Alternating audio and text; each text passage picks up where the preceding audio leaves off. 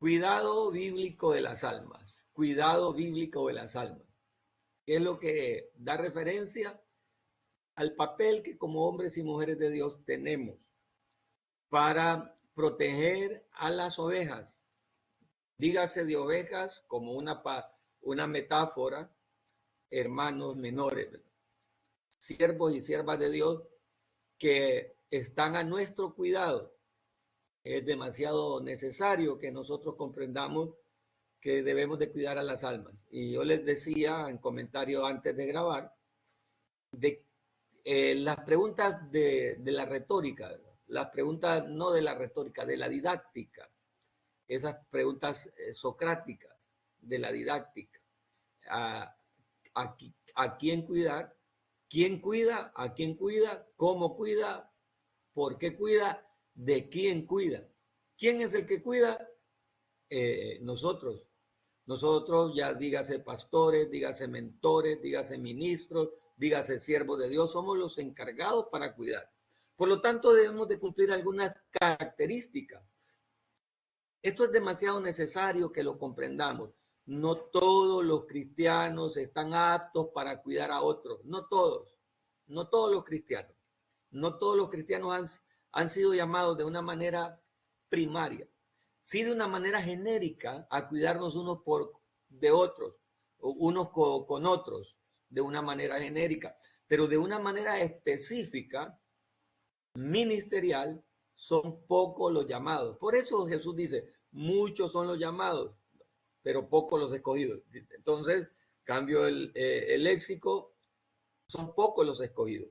Muchos son los llamados, pero son pocos los escogidos. Por lo tanto, si usted es parte de esta clase, es de alguna manera porque usted es parte de los escogidos. ¿De los escogidos a qué? A cuidar del rebaño del Señor. Por lo tanto, esas personas, entonces, contestando la primera pregunta, ¿quién? ¿Quién es el encargado? ¿Quién debe de cuidar? ¿A quién debe de cuidar?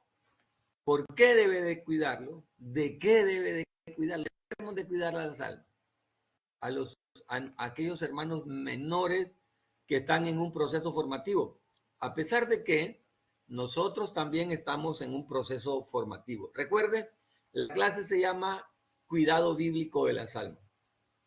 Cuidado Bíblico de las Almas, aquí lo tenemos, lo vamos a sombrear, que nos recordemos que esta es la clase. El cuidado bíblico de las almas. Así se llama la asignatura. Cuidado bíblico de las almas.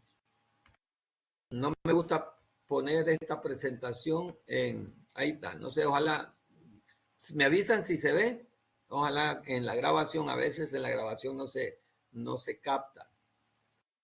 ¿Me avisa si se ve la diapositiva? Hermano Víctor. Sí se mira la imagen, pastor. Bendiciones. Sarina ya nos contestó. Ya escribió hermano Víctor. Bienvenido, hermano Víctor. Hermano Luis, hermano Enrique, bienvenidos a todos. Tenemos hermanos. Gracias, pastor. Amén. Hermanos de España, hermanos de Campamento Olancho. La hermana Julita no se pudo conectar, ¿verdad? Sí, hermano Luis, no sé si está por ahí su amada, ¿verdad? O está en algunas actividades. Está en una actividad, pastor, por eso no se pudo conectar. Ah, bien. Entonces, si pero usted sí, tiene por ahí anda y por ratitos anda escuchando lo que estoy aquí en la clase. Ah, excelente. Si usted tiene acceso ahí a la hermana Julita y si ella puede conectarse, va, que podrán ver posteriormente esta clase. La clase de ayer tuvimos la clase de hermenéutica, está ya subida y ya está mandada para que ustedes la puedan ver. Bueno, continuando con el diplomado en teología pastoral, primer diplomado de forma virtual que como proyecto educativo MEC estamos presentando.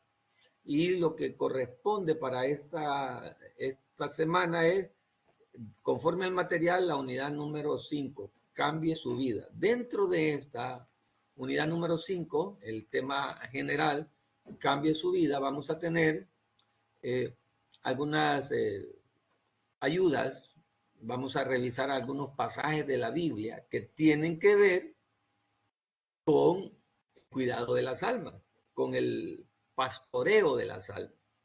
Hace muchos años, yo estaba muy muchacho, ¿verdad? Pero por la misericordia y gracia y por el llamado de Dios, yo ya estaba sirviendo a tiempo completo en la obra, en el ministerio pastoral, y en una aldea remota de Honduras, allá por Copán, ya entre frontera de Honduras y Guatemala, había un pastor guatemalteco ministrando en una iglesia de Honduras, en una aldea donde se cultivaba cardamomo. No sé si todavía lo hacen.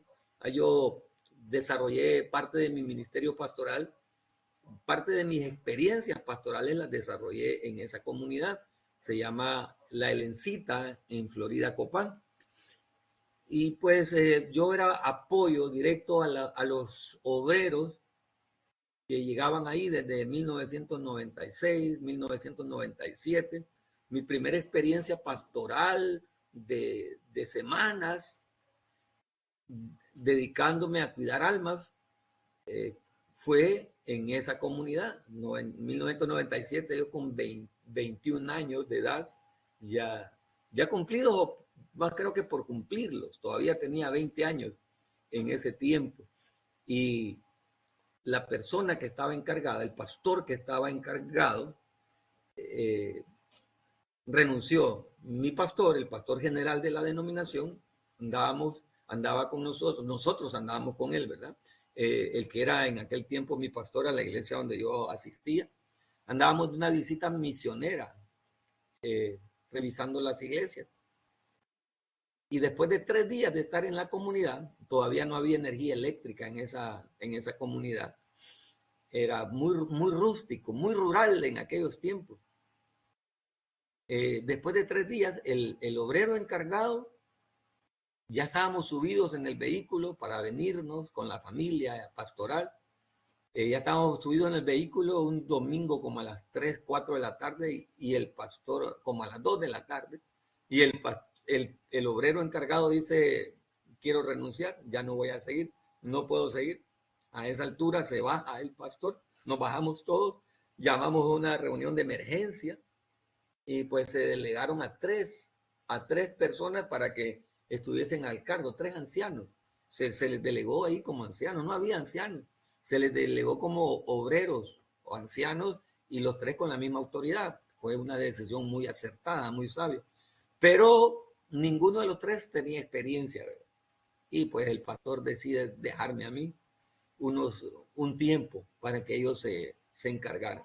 Ya había tenido algunas otras experiencias, ya había predicado muchas veces en esa iglesia, pero esa fue mi primera experiencia al frente, ¿no? 21 años, una comunidad muy conflictiva, de muchos asesinatos, de todas las personas andaban, los no cristianos andaban armados, con armas de fuego.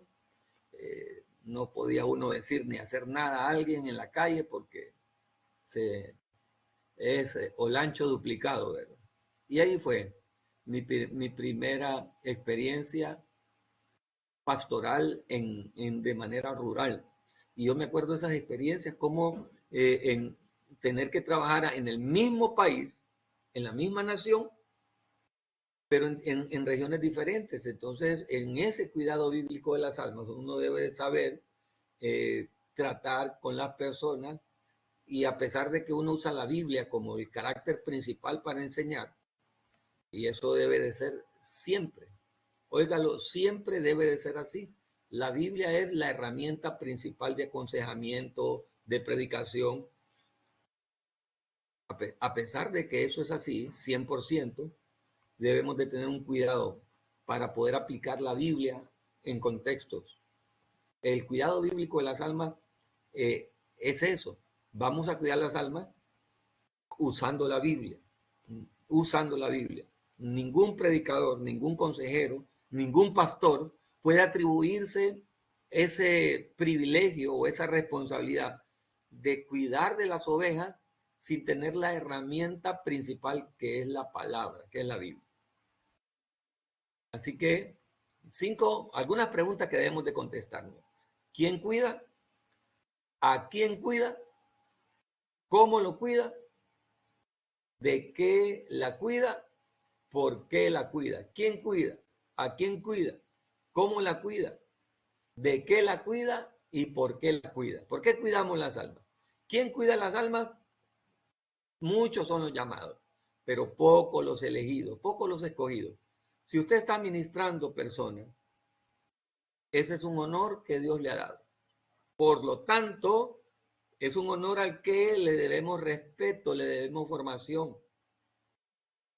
Personas en nuestros modelos de iglesia, se nos envía en nuestros modelos evangélicos y casi todos los modelos evangélicos pentecostales, nos envían porque somos llamados, ¿verdad? Pero nos envían sin las herramientas. No hay nada más peligroso que servir a Dios sin las herramientas. Cometemos muchos errores. Se lo digo por experiencia. A pesar de que en mis primeros inicios tuve un buen pastor, y yo siempre estoy agradecido con Dios por eso. Tuve un pastor que fue para mí padre, que fue para mí mentor. A pesar de eso,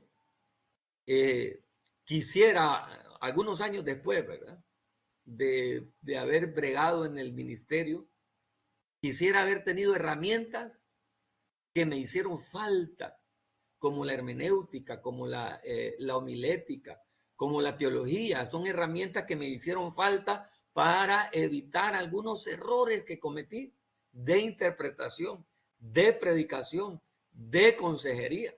Por lo tanto, en el cuidado bíblico de las almas, el quien cuida, el hombre o la mujer de Dios, que fue llamado para esa función, debe prepararse de manera consistente. Porque un día vamos a darle cuenta a Dios por las almas que se nos han cuidado, se nos han dado el cuidado. Yo digo a muchos pastores, ¿verdad?, VIP, pastores VIP, siervos VIP, cuando el Señor les diga estas palabras: ¿qué hiciste con las ovejas que yo te di? Pastores, hombres o ministros de Dios, voy a ser un poco drástico porque el tema lo requiere. Hombres o mujeres de Dios que han sido carroñeros.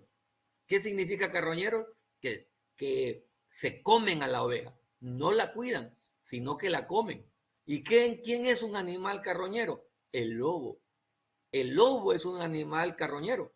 Por eso dice la Biblia, cuidado con los lobos vestidos de oveja. Es un animal carroñero. Tremendo, ¿verdad? ¿Qué va a pasar con aquellos pastores que fueron llamados a cuidar de las ovejas, pero hacen todo lo contrario, a vivir para las ovejas, ¿sí?, y viven de las ovejas? Sí, claro, ¿verdad? Ya está grabada una clase sobre este tema, donde hablamos de que el pastor tiene acceso a la leche de la oveja, a la lana de la oveja, a la carne de las ovejas, claro, a las crías de las ovejas, en el sentido figurado, pero no apropiarse de las ovejas, porque las ovejas le pertenecen al verdadero pastor. Mire, en el pleno siglo XXI, pastores peleándose porque una oveja cambia de denominación. Me di cuenta hace poco de un pastor que en una comunidad de Honduras llegó a criticar, a hacerle un escándalo a otro pastor, porque las ovejas estaban cansadas, los miembros de la iglesia, ¿verdad? Dícese oveja. Los miembros de la iglesia estaban cansados de la bota sobre la cabeza del miembro, tratándolas como que peor que hijos, como que fueran esclavos, como que las ovejas fueran propiedad privada. Entonces, reventaron, ¿verdad? Llegó un momento que explotaron y dijeron, ya no puedo seguir bajo esta tutela, ya no puedo seguir bajo este dominio inquisitivo, y decidieron la familia cambiarse de iglesia. En la misma colonia se fueron a congregar a otra iglesia. No pasó mucho tiempo cuando el pastor, que se sintió traicionado, fue donde el pastor que había recibido a las ovejas para insultarlo en la calle, decirle, eres un ladrón de ovejas, y todo lo que se dice. Ahora, ¿por qué se fue? ¿Por qué se fue esa familia? Porque no llegaron al límite de soporte. Amados hermanos, cuidado bíblico de las almas se trata de eso, de que no tenemos que enseñorearnos de las ovejas. ¿Quién es el que cuida? Usted, yo. Por lo tanto, en la pregunta quién, encontrando la respuesta que soy yo, el quién va implícito que ese que cuida debe de prepararse. Estamos trabajando con la ayuda de Dios y yo quisiera que esta plataforma llegara, en el caso de nuestro ministerio, que tiene más de 100 iglesias entre Honduras y las naciones, más de 100 filiales, mucho más de 100 filiales apegadas. En las reuniones pastorales, la sala de conferencias no ajusta, queda insuficiente, solo con pastores de la comunidad, pastores del país, que no vienen todos, no vienen los de tierra adentro a las reuniones pastorales, a las cuales yo casi no asisto por mis funciones laborales, ¿verdad? Que yo no estoy a tiempo completo, pero las veces que puedo ir, nuestra sala de conferencias, que es más para 100 personas o más, yo he metido 120 personas en actividades en esa sala de conferencias, en actividades de MEC. MEC ha metido 120 personas o más, bien pegaditas ahí, para sala de conferencias. Y para una actividad de pastores, reuniones semanales que nuestro pastor general o apóstol tiene con nosotros, está lleno. ¿Cuánta gente y cuántos de ellos necesitan preparación? Todos necesitamos preparación. Unos están en un nivel más alto por la experiencia, por el conocimiento, por la preparación. Otros están en otros niveles. A pesar de aquellos que están en niveles altos, todavía requieren preparación, todavía requieren formación. En la labor pastoral nunca dejaremos de formarnos. Y entre mejor y más formados estemos, vamos a patinar menos en problemas secundarios, en problemas terciarios. Dentro de esta clase, de quién es el que cuida, que es el obrero, el pastor, el ministro. Esto lo tienen en el material, no lo voy a tratar muy a fondo. Animo a que lea el material. Propósitos de Año Nuevo. Cuando dice propósitos de Año Nuevo, es un lenguaje figurado. Esta expresión, propósitos de Año Nuevo, es un lenguaje figurado, como dice, debo de estar siempre preparándome, siempre con esa frescura de iniciar una nueva etapa. Manténgase enseñable, mire, un gran problema en el cristianismo evangélico y en el pastorado evangélico es esta actitud. No nos mantenemos enseñables. Nos cuesta dejarnos enseñar. No somos, hay una expresión que se dice maleable. Maleable es la característica que tiene un material para moldearse, maleable o moldeable. El término técnico es maleable, ¿verdad? Maleable no que se enoja, no que se malea o que se echa a perder. Es maleable es que tiene las características físicas para moldearse. Nosotros necesitamos ser manejables, maleables, moldeables por Dios a través de su palabra, a través de su gracia, a través de la experiencia. Debemos aprender a actuar, debemos aprender a hacer. Vamos a seguir. Aquí parece que se me borraron algunas cosas, pero vamos a ver en esta. ¿Cuáles son los objetivos de esta unidad? Describir cuál es el proceso que alimenta un deseo de cambio en la vida de una persona. Mire, ¿por qué quiero cambiar? el proceso que alimenta un deseo de cambio. Yo debo de tener un proceso de cambio. Yo debo estar en formación continua. Un cristiano debe estar en formación continua y eso es el hecho, ¿verdad? Formación continua. Si yo le dijera a usted, y me lo pregunto para mí mismo también, cuando usted le pusieron a predicar la primera vez, ¿le dijeron cómo hacerlo? Yo me acuerdo, yo la primera vez que prediqué en la iglesia, solo me dijeron predicar, yo bien alegre, ¿verdad? Y me acuerdo que me tocó en un culto de jóvenes predicar, y me tocó predicar como el pastor decidió que hubieran 2 sermones cortos de 20 minutos. 20 minutos. Y prediqué con una hermana, ¿verdad? Primero predicó la hermana y después prediqué yo. 20 minutos. El pastor estaba dándonos iniciativa, nos estaba dando la oportunidad de hacerlo. En lo que él podía, nos daba las herramientas, ¿verdad? Nos dio las herramientas al alcance y eso fue bueno.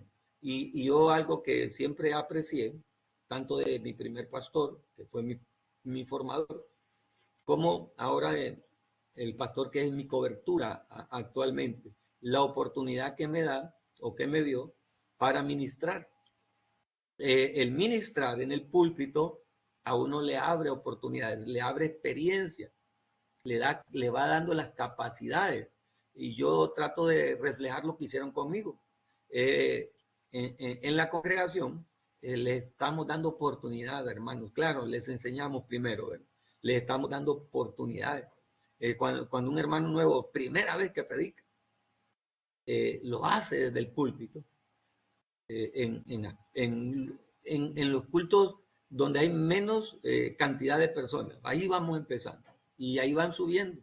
Predican en las calles, en los grupos familiares, en las explosiones evangelísticas, dependiendo su enfoque, dependiendo, como le digo, no su enfoque, sino su línea de predicador. Hay predicadores que uno los escucha, muchachos que uno los escucha, o hermanos que es la primera vez que predican, que uno identifica que su sermón no es para la calle, es para la iglesia, es más enseñanza que predicación evangelística. Entonces, uno los escucha y los va ubicando, pero también les va enseñando. Les va enseñando. El segundo objetivo de esta lección es identificar y describir varios de los aspectos del principio de aceptar responsabilidad. Aceptar responsabilidad. ¿Qué es necesario? Miren, primero la persona debe ser enseñable. Segundo, la persona debe estar atenta a recibir nuevos retos, nuevas responsabilidades. En el cuidado bíblico de las almas, vamos a lidiar o a ministrar a personas de diferentes rangos, de diferentes circunstancias, de diferentes características. En algunos momentos, quiero decirle algo, como hombre de Dios, a usted en el aspecto de la predicación o en el aspecto de la enseñanza, en algunos momentos le va a tocar ministrar a personas o enseñarle a personas que están en un nivel más alto que usted, que conocen más, que doctrina que usted, que tienen más hermenéutica que usted. Entonces, a esos hermanos nuevos que se les da el privilegio de enseñar, a pesar de que todavía no han llegado a un nivel de formación, pero uno los va tirando, les va exponiendo responsabilidades y les va instruyendo para que se formen, para que se capaciten, para que desarrollen potenciales. Cuidado bíblico de las almas tiene que ver con eso, de proteger las ovejas pequeñas, pero también de cuidar a aquellas, de darles desarrollo, a aquellas que ya van a ser auxiliares para que juntamente cuiden con nosotros. No siempre vamos a tener ovejas pequeñas que necesitan el biberón en la boca, ¿verdad? Que necesita que se les esté cambiando pañales Esa es parte del cuidado bíblico de las almas. Pero hay otros cristianos que ya les vamos a ir formando para que apoyen juntamente con nosotros. Y lo encontramos ahí en el capítulo 20 del libro de Hechos, cuando Pablo llama a los ancianos de Éfeso y les dice, yo estuve 3 años con ustedes, los estuve preparando para que cuando yo no esté, ustedes continúen la labor. Ese es el propósito. En este proceso de cuidar de las almas, debemos de saber que hay que delegar responsabilidades. Muchas veces nosotros nos hacemos con el cargo de todo. Nosotros queremos hacerlo todo y tenemos miedo que alguien más nos quite el lugar. Ese es uno de los grandes errores que como ministros podemos tener. No confiar en la gente que tenemos, que Dios las ha preparado. Sí, claro que uno siempre va a correr el riesgo de una división. Pero si usted ha trabajado con nobleza, con un corazón sincero, usted no se preocupe, que Dios tiene cuidado de todo. Dios tiene cuidado de todo. Identificar y describir varios de los aspectos del principio de aceptar responsabilidades. Usted debe de, primero, aceptar responsabilidades en usted, después delegar responsabilidades. ¿Cómo vamos a delegar responsabilidades? Forjando a otros. Voy a leer lo que el hermano Víctor o el hermano Enrique, no sé quién de los dos lo escribió, muy cierto. A mí me ha tocado en renuevos, he impartido clases a hermanos que vienen de otras iglesias, de sus países, pero tienen mucho conocimiento de la palabra. Otros hasta tienen años de teología. Es cierto, eso va a pasar. A mí me ha tocado dar y enseñar a hombres y mujeres que no solamente están más capacitados que yo, tienen más conocimiento que yo, tienen más años de bregar en el evangelio que yo. Me ha tocado. Y también a la inversa, me ha tocado sentarme bajo el liderazgo de otros que tienen menor recorrido, menor conocimiento que yo. Yo tengo un buen amigo, hermano, compañero, se llama Erich Azucena. Él es, en este momento, el coordinador, aparte de ser directivo de MEC, él también es coordinador. Hermano Víctor, igual que escribió, ¿verdad? Él es coordinador de uno de los distritos del Ministerio de la Cosecha en San Pedro Sula. Cuando yo llegué al Ministerio de la Cosecha, yo ya llegué formado, llegué con 15 años de experiencia pastoral, con 15 años de vida ministerial. Yo había bautizado muchas personas, había participado en las ceremonias de bautismo, había presentado niños no sé cuántas veces, cuántas decenas o más centenas de veces había presentado niños, oficiado Santa Cena, había predicado, había ministrado por década y media. Cuando llego a la cosecha, lo primero que hago yo es empezar de cero. Yo también, hermano Víctor, llegué a recibir renuevos, a recibir sembradores 1, sembradores 2, sembradores 3. Llegué a un Peniel y una experiencia para mí fue maravillosa, el Peniel, por la actitud en la que llegué. Y después me puse al servicio de este hermano que en aquel momento era supervisor. Y él es para mí un amigo, pero en cuanto a edades, él es como mi padre, ¿verdad? Él podría, pues en la edad que yo tengo y en la edad que él tiene, equiparamos como que él fuese mi padre. De hecho, tiene hijos de la edad que yo tengo, ¿verdad? O cerca de la edad que yo tengo. Entonces, él por edad puede ser mi padre. Pero algo que yo respeté y admiré y agradecí tanto a él, que yo llegué ahí como ayuda y él se apoyó tanto en mí. Y la gente le preguntaba, ¿por qué se apoya tanto el hermano si él viene llegando? Él es más joven que usted. ¿Por qué se apoya tanto usted en él? Y él fue muy humilde. Yo aprendí mucho y por eso menciono su nombre. Aprendí mucho de él y él dijo, el hermano tiene más experiencia que yo. Pero yo nunca, hermano, nunca, y aún ahora, pues, aún ahora todavía lo respeto como que él es una autoridad sobre mí. Yo ya no estoy ahí, ahora yo estoy sirviendo en otras condiciones pastorales y estamos como compañeros, los dos somos directivos de MEC, estamos como compañeros, pero nunca me sentiría yo en autoridad igual a él. Siempre yo, en mi corazón, me he sentido siempre un escalón bajo de él. Siempre digo, él es mi autoridad, él es mi autoridad. Va a tocar eso.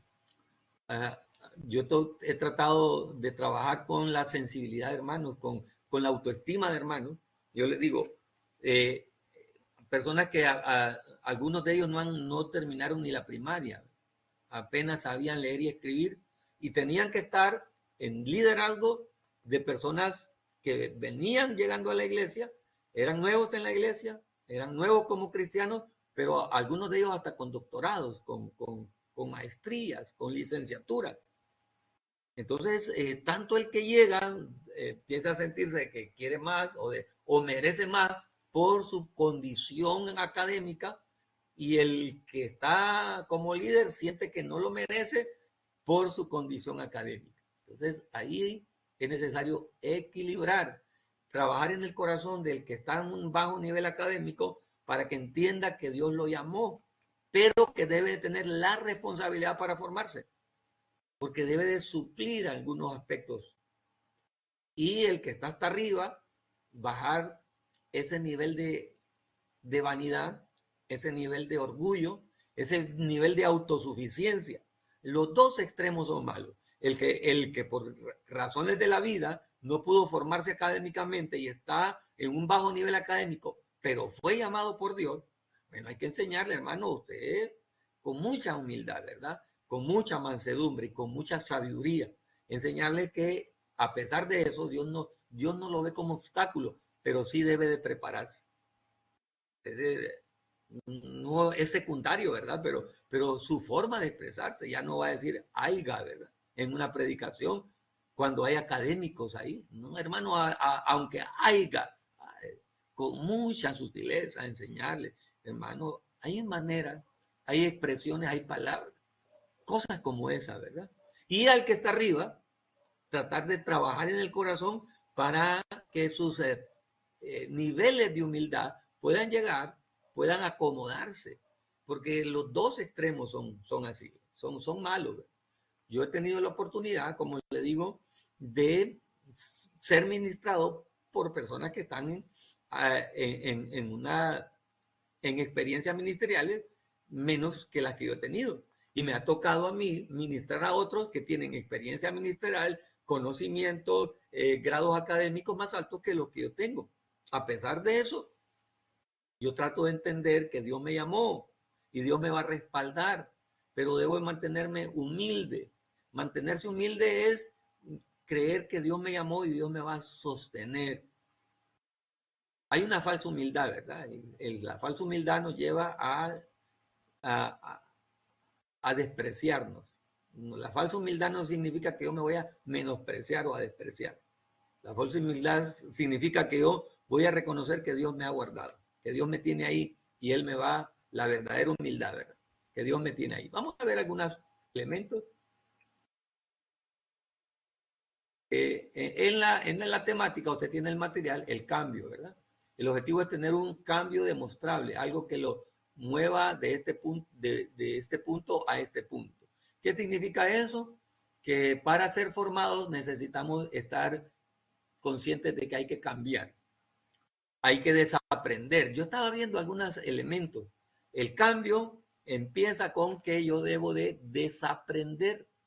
A veces nosotros venimos con una estructura y creemos que la manera en que aprendimos es la única y que no hay otra. A veces no podemos adaptarnos a un cambio, aprender algo nuevo, si no desaprendemos. En pedagogía se habla de conceptos tales como este. Hay que desaprender, aprender a desaprender. Hay que aprender a aprender, pero para aprender a aprender hay que aprender a desaprender. O sea, no se pueden captar nuevos conocimientos si nosotros no dejamos los rudimentos anteriores. Como decir, una persona que viene del movimiento católico, con mucho respeto, y ha idealizado a la Virgen María, ¿va? Que para nosotros como evangélicos debe representar una mujer muy importante. Si no la más importante en la Biblia, está ahí en el top, ¿verdad? El top 3 de mujeres importantes en la Biblia. Eva, María, fueron mujeres trascendentes en la Biblia, pero María fue una mujer de carne y hueso. Ella no se diosificó, ¿verdad? Ella no se convirtió en la reina del cielo. Ella no es la reina del cielo. Ella murió, su cuerpo está en la tierra. Ella no fue traspasada en cuerpo y alma. Su cuerpo está en la tierra. Y como todos los hombres y mujeres que murieron en Cristo, su alma está en el cielo, pero su cuerpo está en la tierra.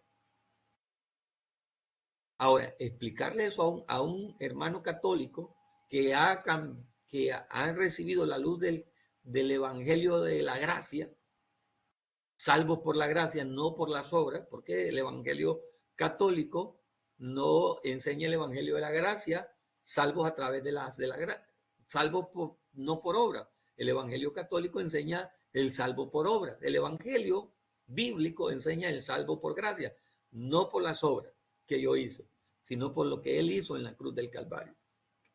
Esa persona tiene que desaprender todos los rudimentos falsos que aprendió, tiene que desaprenderlos. No puede aprender cosas nuevas si no desaprende primero.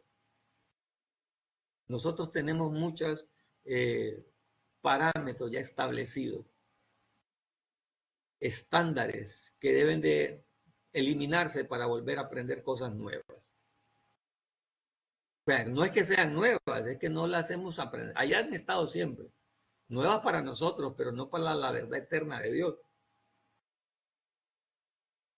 Debemos de evitar trabajar en la obra de Dios con el descontento, enojado, incómodo con las personas que están con nosotros.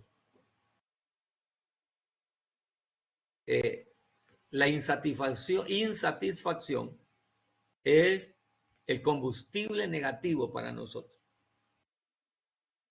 Cambia el combustible. No trabaje insatisfecho. Trabaje para Dios con alegría. Y no obligar a la gente. A la gente se le presenta la verdad y ellos deciden aceptarla o no. Mire lo que dice aquí en Josué 24. Y si no os parece bien servir al Señor, escoged hoy a quién habéis de servir. Si a los dioses que sirvieron vuestros padres, que estaban en el otro lado del río, o a los dioses de los amorreos, en cuya tierra habitáis. Hay 3 opciones. ¿Cuáles son las 3 opciones? 2 de esas opciones son malas y una es buena.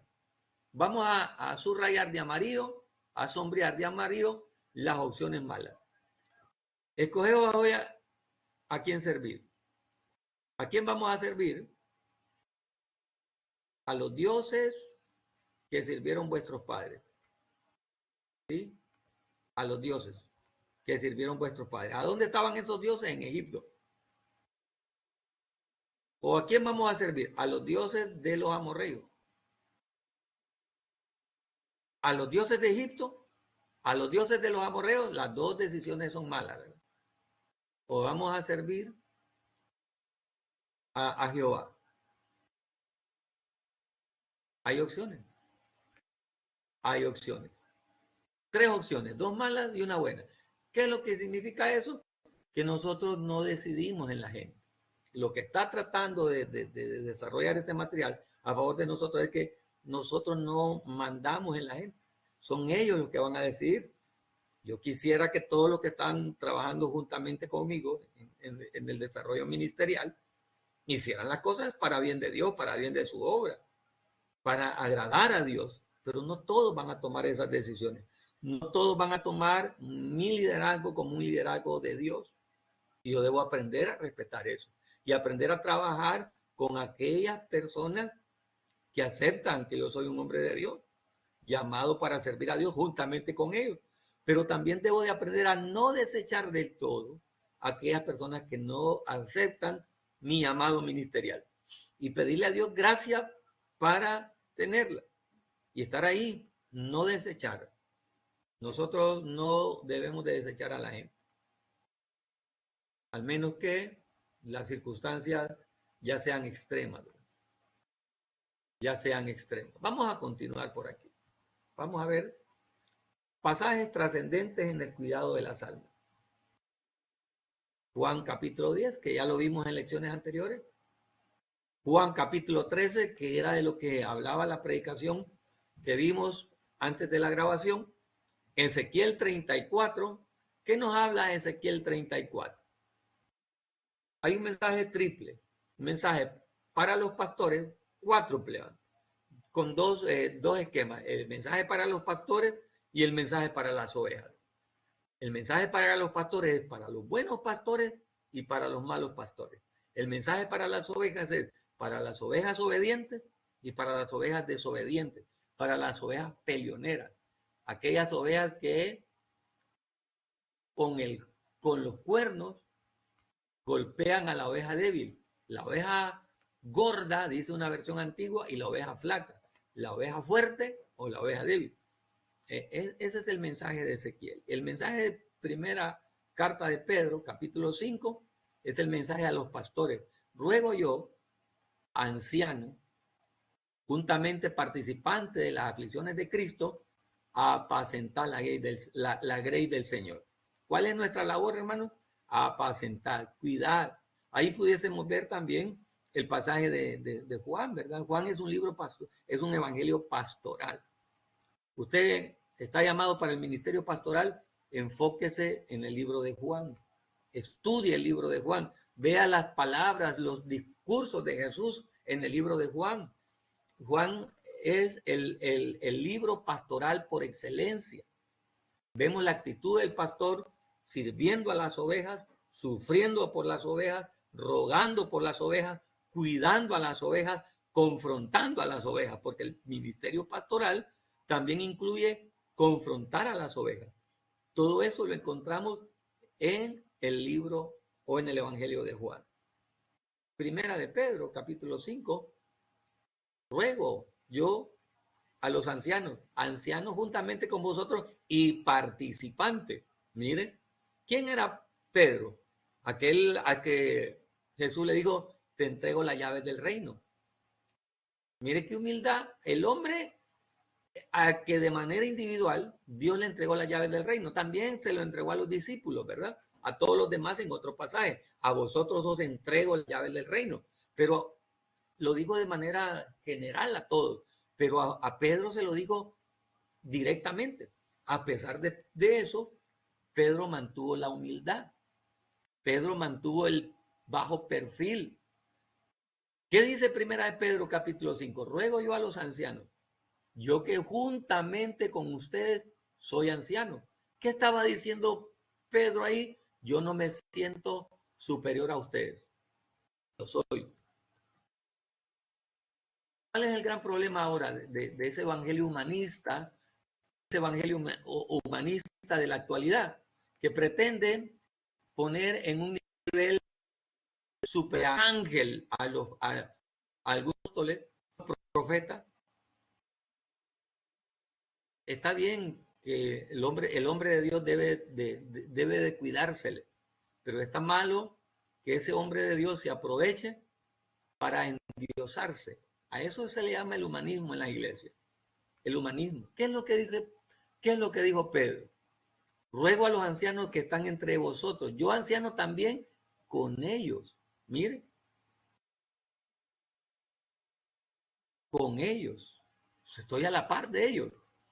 Y testigo de los padecimientos de Cristo, que soy también participante de la gloria que será revelada, a apacentar la grey de Dios que está entre vosotros, cuidando de ella, no por fuerza, sino voluntariamente, no por ganancia deshonesta, sino con ánimo pronto, no como teniendo señorío sobre las que están a vuestro cuidado.